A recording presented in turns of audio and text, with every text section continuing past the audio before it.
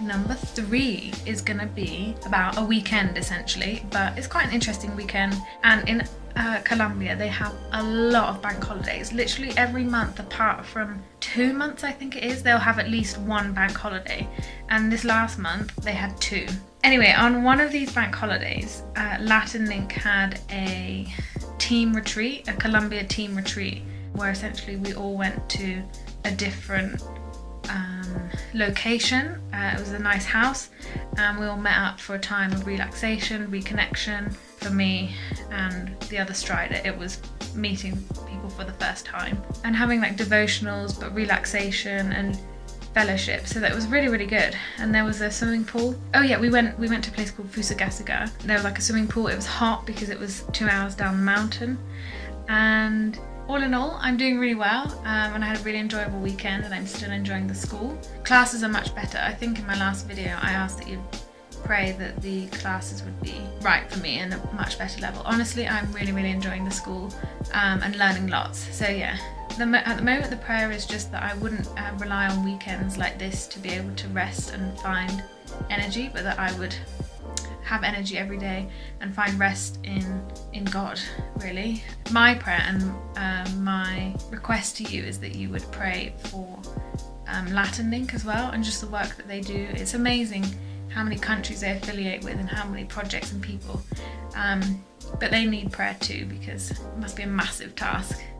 The journey by bus or coach to the retreat was quite interesting because I experienced a lot more of the city and saw some of the poorer areas from a distance. So the first thing that really, really struck me is as we left, there was a massive area of Venezuelan migrants who basically were just living on the grass and just had bits of plastic sheet to cover them at night, and they didn't have much else, and a lot of them were banging on the windows of the coach and trying to like swap their Venezuelan money, which is absolutely worthless because they're having an economic crisis, or like trying to sell stuff through the window. And it was really, really hard to see and quite heartbreaking, but also quite good to see in terms of see the reality, because a lot of people talk about it, but it's so much different when you see it and see how real it is and see how painful it is. So yeah, that was quite sad to see. And then as we continued driving, we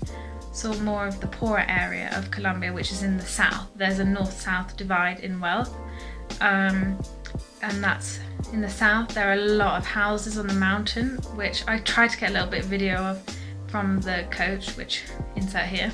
It was just so interesting to see when driving that the progression of wealth gets a lot less, and it's just so visible. And we actually drove past the area that I'll be working in January.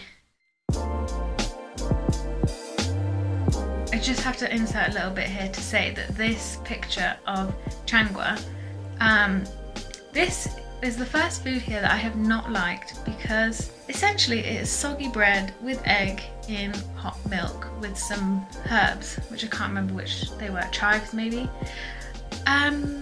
Yeah,